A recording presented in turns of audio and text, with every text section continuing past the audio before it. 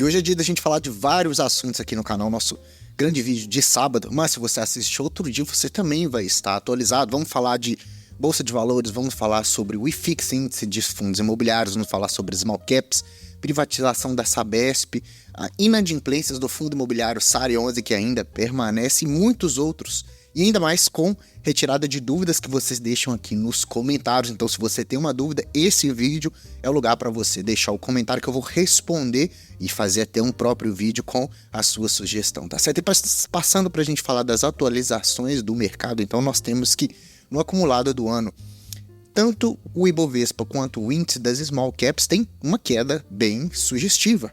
Essa queda de 4,98% do Ibovespa e de 10% no acumulado do ano dos índices das Small Caps, aquele índice que reúne as empresas de baixo valor de mercado, mas que são muito negociadas, e o Ibovespa também, que reúne as ações mais negociadas da Bolsa de Valores das grandes empresas, Vale, Petrobras, Ambev, Bradesco, Itaú e dentre outras diversas.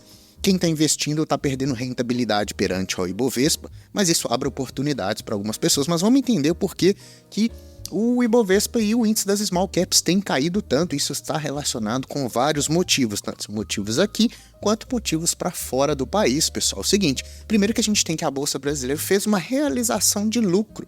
Por que isso aconteceu, pessoal? Durante vários dias consecutivos, igual você viu no gráfico aqui atrás, teve uma sequência de altas, basicamente ali teve 11 dias consecutivos de alta na Bolsa de Valores. Isso animou alguns investidores, e aquelas pessoas que tinham uma posição com um preço legal e tiveram essa rentabilidade mais positiva, igual no caso de Ambipar, que teve uma valorização absurda, as pessoas acabam vendendo as suas posições para realizar esse lucro, inclusive capital estrangeiro. Então, quando se vende tudo de uma vez, todo mundo sai da Bolsa de Valores, você tem a própria queda dela depois dessa subida. Então, oportunidade para algumas pessoas ficar atento para quando a Bolsa de Valores está num padrão mais baixo. Isso pode ser oportunidade de compra para muitos investidores. A gente pode até analisar aqui nesse gráfico que mostra o fluxo. A gente estava do dia 13 de junho em diante, a gente estava numa crescente. Olha o gráficozinho azul aí subindo. E agora nos últimos dias a gente teve o movimento ao contrário. Então, capital estrangeiro saindo do Brasil. Primeiro porque cenário interno nosso aqui com projeções fiscais negativas, ora o governo fala uma coisa, ora fala outra, coloca taxa, tira taxa, isso tudo causa uma certa incerteza. E juros americanos ainda muito atrativos. A gente tem que a taxa média de juros lá nos Estados Unidos se mantém a 5,50. Isso para eles é um valor muito alto. A gente já está acostumado com uma taxa mais alta também. Aqui nós estamos mantendo 4,23 a nossa inflação no acumulado dos 12 meses. E essa inflação mais alta impede com que a Selic caia. Então a gente mantém a taxa Selic em 10,5. Isso faz com que a bolsa continuar ainda em queda, porque para grandes investidores, para muitos investidores, vale mais a pena fazer o quê? Pegar todo o dinheiro, colocar em renda fixa e emprestar o dinheiro para o governo para ganhar 10,50 por ano de forma segura, ou colocar lá no exterior ganhando 5,50 também de juros em forma de dólares, do que você ficar investindo nas empresas aqui com essa alta taxa de juros. E empresas menores costumam sofrer mais, índice das small caps caem porque as empresas têm mais dificuldade, as grandes também, mas em menor cenário, tá? Então, essa possível incerteza da diminuição da taxa Selic, juros americanos mais altos, tudo isso causa essas incertezas na Bolsa de Valores, e ela vem com essa ondulação. Outra coisa também interessante para a gente colocar na pauta é que o Tesouro Direto está com acúmulo de mais altas ainda. Então, o que é isso? Aquele Tesouro IPCA de renda fixa que você pode investir, deixar seu dinheiro lá e descansar, dormir tranquilo, sem precisar ficar vigiando o Ibovespa, tá pagando ali 6,39, 6,28, 6,37, e essa taxa de IPCA mais 6 é uma excelente taxa para quem visa o longo prazo em apenas deixar o dinheiro lá e fazer esse dinheiro se render. Então, mais um dos motivos com que a bolsa ainda anda de lado. Só que aí a gente tem algumas opções. Por exemplo, você pode aproveitar essa rentabilidade dos títulos de renda fixa, ou seja Selic pagando 10,5, ou seja o Tesouro IPCA pagando IPCA mais 6,3, Ou também você pode aproveitar os baixos preços da renda variável, baixos preços dos fundos imobiliários, das ações, das small caps e poder comprar as ações no melhor valor.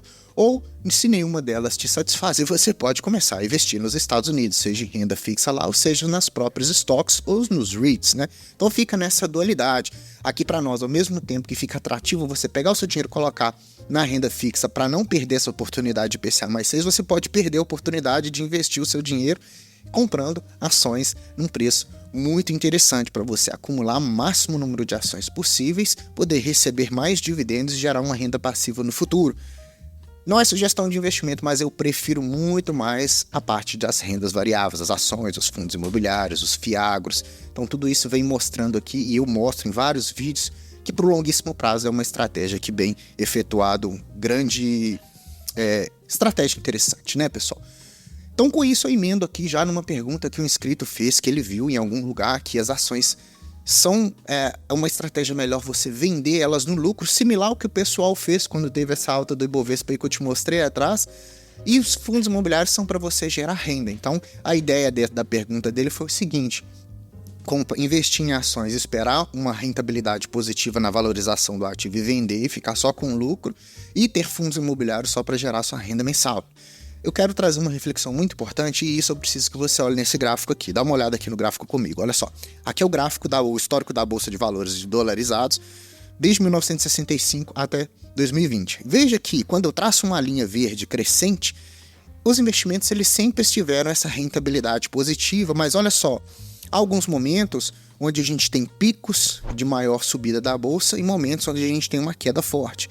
Picos, queda forte. Picos e queda forte. Isso está associado nas ações e nos fundos imobiliários. Agora veja bem, vou trazer um ponto importante aqui para a gente poder pegar aquele gráfico ali como exemplo. Olha só, se eu tenho o Banco do Brasil na carteira, por exemplo, lá comprei as ações do Banco do Brasil. Se o cara comprou lá atrás, muito tempo atrás, e está investindo desde então, ele acumulou uma rentabilidade de 828%. Então, se ele vendesse agora, ele teria uma rentabilidade no valor da cotação de 828%. Isso desconsiderando a inflação do período, tá, pessoal? Então, porque é só de forma aqui bem aleatória e lúdica, tá? Então é o seguinte, então ele teve essa rentabilidade. Aí, suponhamos que num certo período de investimento ali entre 2016 e 2018, onde teve uma alta mais expressiva no Banco do Brasil, acumulando uma rentabilidade de 200%, ele tivesse comprado essas ações num preço mais barato, chegado ali e vendido aquelas ações, né? Então pensa, ele vai deixar de ganhar dividendos, ele vai deixar de continuar com a valorização do papel, porque a gente não tem certeza se um ativo vai valorizar ou não, ele vai simplesmente ter pego uma ação que te mostrou uma rentabilidade protetiva para a carteira dele, porque sempre crescente, mesmo com essa volatilidade, mas aí ele se desfez do ativo. Então a carteira dele perde essa rentabilidade, ele vai lá, realiza um pequeno lucro, que para quem é pequeno investidor tem esse lucro um pouco menor, né? Porque você não vai colocar lá milhões de reais para poder fazer lucro igual os investidores internacionais fazem, e você vai perder o seu ativo e não vai receber dividendos e vai ficar meio que elas por elas. As chances do pequeno investidor ganhar dinheiro fazendo isso em valorização de papel é muito remota. Para quem é pequeno investidor, a estratégia mais eficiente é recebimento de dividendos. Então vou trazer um outro gráfico importante para você dar uma analisada. Olha só, aqui eu tenho a rentabilidade completa do Banco do Brasil, continuando o nosso exemplo, né? De 1995 até 2024.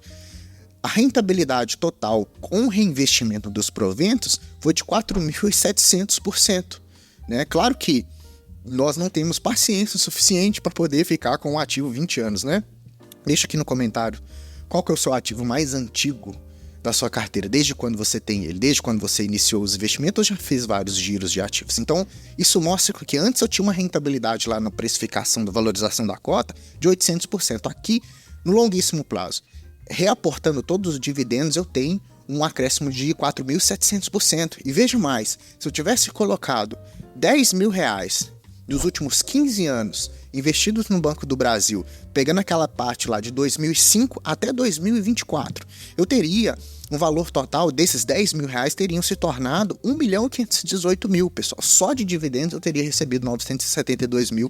Isso dá uma valorização média composta anual de 30,11%. Isso reafirma a minha tese de que, para quem quer investir para longo prazo, criar carteira previdenciária e investe só um pouquinho por mês, como todos nós aqui meros mortais, é desnecessário, você acaba perdendo valor quando você coloca os seus investimentos para rentabilizar. Quando rentabiliza, você vende, tá? Porque a gente está acostumado a fazer isso e ver isso no mercado constantemente, ou receber indicações de assessores, de corretores para a gente fazer isso e girar a nossa carteira. Mas uma possível resiliência é muito mais interessante, viu, pessoal? Então espero que tenha tirado aí as suas dúvidas, tá? Falando agora um pouquinho de fundos imobiliários, a gente tem o índice do IFIX, que é o índice que reúne os fundos imobiliários mais negociados da Bolsa de Valores, que nos últimos dias está perdendo ali um pouquinho de recuperação. No acumulado do ano, está andando de lado. Isso, de certa forma, é bom para a gente comprar mais ativos. Quem está na fase de acumulação, que é o mercado em queda, que é as small caps em queda, que é fundos em queda, para a gente poder acumular o máximo de ativos que a gente consegue a um preço excelente. Só que isso é muito difícil para o nosso psicológico, né, pessoal? A gente que compra o ativo, no outro dia ele começa a cair, que é o que provavelmente acontece. É complicado a gente ter uma janela mais longo prazo dentro do nosso próprio cérebro, tá? Trazendo fundos imobiliários, eu trago a atualização do SARI 11. Tem vídeo do SARI 11 aqui no canal, onde fiz uma análise mais completa, que eu trago só os detalhes principais. SARI 11 anuncia o segundo mês seguido de inadimplência da WeWork. E agora, eles emitiram um comunicado para quem é investidor, dizendo que a WeWork, Serviços de Escritório Limitado, que já tem vários problemas aí ao redor do mundo inteiro. Então, o CEO da WeWork é um cara muito esquisito, tá? Mas aqui o relatório do Santander, do SARI 11, diz que eles já têm 2 meses de inadimplência e que eles já estão correndo atrás para ver se essa inadimplência é quitada. Então, eles devem junho e julho, tá? O SARI 11 ele tem, teoricamente, 4 imóveis, né? Ele tem o WT Morumbi e o edifício Work Bella como lajes corporativas, né? Esse é o WT Morumbi, que é o maior, no valor de 717 milhões de reais, ele tem 26% de inadimplência, tá? Então isso aí, essa inadimplência e essa vacância está associado com a questão também da WeWork, ok? O edifício Work Bella Sintra não tem vacância e também não está com inadimplência, então o que tem mais problemas é o que é o maior, o que dá mais dinheiro para o fundo é o que está tendo um pouquinho de mais problemas aí, tá? Mas é um prédio excelente. Quem tem paciência está vendo que aos pouquinhos as lajes corporativas estão sendo alugadas novamente. O SARI 11 ele também tem 2 edifícios de logísticas, 2 galpões pequenos, tá? Um no valor de 100 milhões e o outro no valor de 60 milhões, que estão com 0 vacância e 0 inadimplência nos dois. Então, teoricamente, ali o único ativo mais problemático desse fundo do SARI 11 seria aqui o WT Morumbi, tá certo, pessoal? Com isso, o SARI 11 ele vem com dificuldade de distribuição de dividendos.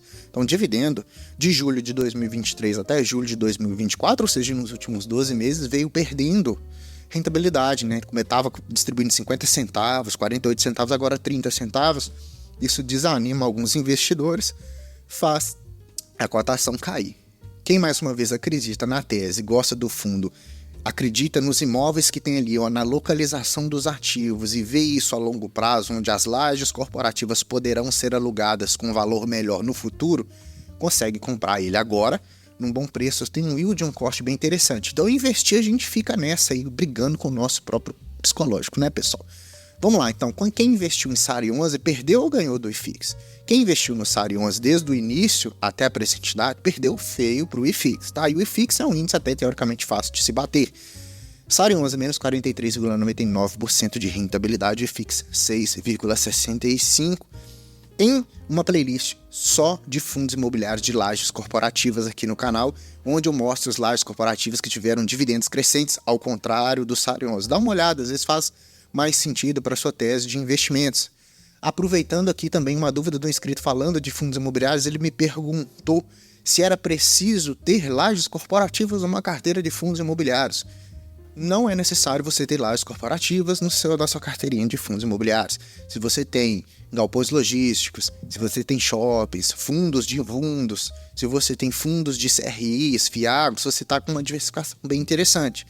Os fundos de lajes corporativas, eles têm uma volatilidade maior do que esses fundos de logística ou os fundos de shopping que vêm numa crescente bastante interessante. Então, se te incomoda ver essa inadimplência, ver a vacância, não é necessário você ter um fundo de lajes corporativas. O que você pode fazer para tentar mitigar isso é você ter um fundo de fundos, ou seja, um fundo imobiliário que investe em outros fundos imobiliários, que nesses investimentos desses fundos, os FOFs, vão ter ali as lajes corporativas, tá?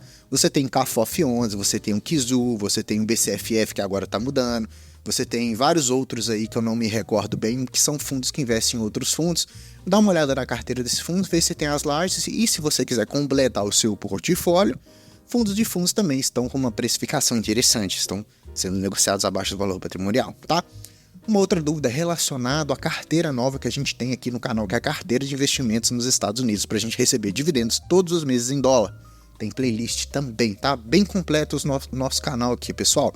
Olha só, ele perguntou a questão de quando se recebe os dividendos, se são tributados, ou se a gente precisa incorrer lá no imposto de renda para poder precificá-los e pagar esse imposto emitido DARF. A ideia é o seguinte: quando a empresa lá nos Estados Unidos, por exemplo, a American Electric Power, que tem na carteira, ela me paga o dividendo, quando ela me paga esse dividendo, ela já me paga descontado.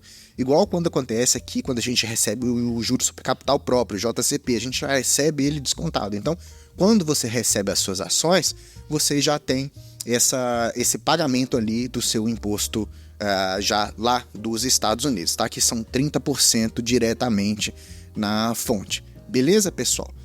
Para a gente continuar nossas notícias aqui também, vou falar de Sabesp, porque Sabesp está na Bolsa de Valores. Nós temos poucas empresas de saneamento na Bolsa de Valores. Será que vale a pena agora, com essa privatização, colocar o nosso querido e amado dinheirinho em Sabesp? Vamos entender aqui dessa privatização da Sabesp, que é concluída em São Paulo, levanta 14,77 bilhões de reais com a venda, pessoal. Então, o que é o resumo do acontecimento? O Estado de São Paulo arrecadou esses 14 bilhões porque vendeu parte das ações da Sabesp para a privatização da empresa. A operação envolveu 220 milhões de ações vendidas, né? R$ 67 cada uma delas. A Equatorial Energia tornou um investidor estratégico, adquirindo 15% de todas essas ações que foram vendidas, ou seja, 7 bilhões de reais. Com isso, a Sabesp planeja pegar esses 70 bilhões e, em 5 anos, reinvestir na própria empresa. Então, ou seja, vai pegar essa empresa que era estatal, compra essa empresa e vai investir na própria empresa. Para quê? Para que ela comece a crescer, gerar mais frutos, conseguir economizar mais dinheiro, ou seja, para diminuir as despesas nas contas de água, conseguir abranger mais população com o saneamento básico e com isso ser uma empresa mais barata e mais eficiente. Então, serão os investimentos em 5 anos de 70 bilhões, bastante dinheiro, para universalização da água e esgoto em 370 cidades. Já houve redução de 1% na tarifa com essa privatização aí, mostrando bons sinais, né, pessoal? Hoje a Sabesp, no acumulado do ano, ou seja, melhor dizendo, nos últimos 12 meses, tem uma alta de 60,69%, R$ 89,20. Será que ela atingiu o topo? Será que ainda a gente compra essa empresa barata? Ou será que a gente deve aguardar aí para entender o que acontece? Trazendo rapidinho aqui os indicadores fundamentalistas para você entender Sabesp. Sabesp hoje tem um dividend yield muito pequenininho, 1,63%, perdendo ali para as outras, para a Sanepar, para a Copasa inclusive, né? Ela está negociando a um preço-lucro de 16,79, um preço-lucro bastante esticado em comparação com as outras empresas, ou seja, cara, EV/EBITDA de 7,95 até 8, tá tudo bem, ok, preço-valor patrimonial tá normal, uma empresa que tem uma dívida líquida pelo EBITDA de certa forma controlada também, um ROI que não é grandes coisas, 11,73% e um crescimento nas suas receitas de 9%, tá? A meu ver, lembrando que não é sugestão de investimentos, nós temos outras empresas muito melhores de saneamento para investir nesse momento. Quem sabe no passado, antes da privatização, ela negociando ali com 60% menos de valorização, talvez seria interessante. Agora, para mim tá um pouco caro, mas a indicação dos analistas é de compra. Tá todo mundo querendo comprar a Sabesp aí o tempo todo. Por quê? A gente tem perspectivas de crescimento dos seus lucros, tá? Então cresce lucro, cresce receita, cotação segue lucro, cotação sobe. E ela tem um preço-alvo de R$ 102, o que, a meu ver, é quase que impossível, tá? Pode ser que eu pague língua aqui nesse vídeo, mas beleza. Vamos lá. Se a gente compara, então, Sanepar, Copasa e Sabesp, qual dessas está mais barato para investir? A gente olha isso pelo PL. Então, Sanepar está com um PL mais atrativo, 5,11. Então, você investe hoje na Sanepar, daqui 5 anos você tem seu dinheiro de volta ali reinvestindo. Sabesp, 16 anos, para você ter uma ideia. Em termos de dividend yield, Copasa está dando um show de dividend yield nos últimos 12 meses, 16,52, mas não sei se isso é um dividendo sustentável a longo prazo. Sanepar, 5,16, está ali, bem interessante também. As margens de Sanepar são maiores, tanto a margem bruta e a margem líquida.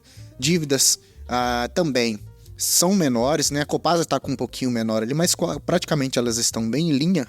O ROI da Copasa está maior do que da Sabesp e da Sanepar. E quem tem um crescimento melhor ali nos seus lucros vem sendo a Copasa, tá? Então, dentre essas 3 empresas, para mim, realmente Sabesp ficaria no terceiro lugar. Depois Copasa e Sanepar, que eu tenho até Sanepar na carteira de investimentos, tá, pessoal? Assim a gente encerra os nossos vídeos. E lembrando que, se você tem uma dúvida, deixa no seu comentário aqui que eu vou fazer um vídeo específico te explicando algo mais teórico para a gente continuar melhorando cada vez mais a nossa tese de investimentos. E eu espero muito que você tenha gostado desse vídeo. Se você gostou, lembra de compartilhar. Eu preciso fazer o nosso canal crescer cada vez mais para eu me doar mais aqui, poder trabalhar mais específico para o nosso canal. Então, joga esse vídeo aí num grupo, joga esse vídeo no WhatsApp, manda para alguém que está começando a investir, que vai começar a se interessar pelo mercado financeiro. Deixa o like no vídeo, se inscreva no canal se você não é inscrito. Eu preciso dessa sua inscrição, por gentileza, ativando o sininho, porque eu faço vídeo e você já vai receber automaticamente, tá? Comenta aqui para mim, Sanepar, Copasa ou Sabesp, tá? Qualquer uma dessas 3, digita aí que a gente vai fazer um vídeo de análise, beleza? Aqui você assistiu o canal do Investidor Classe Média, eu sou o Gustavo, eu te vejo lá no próximo vídeo, até mais.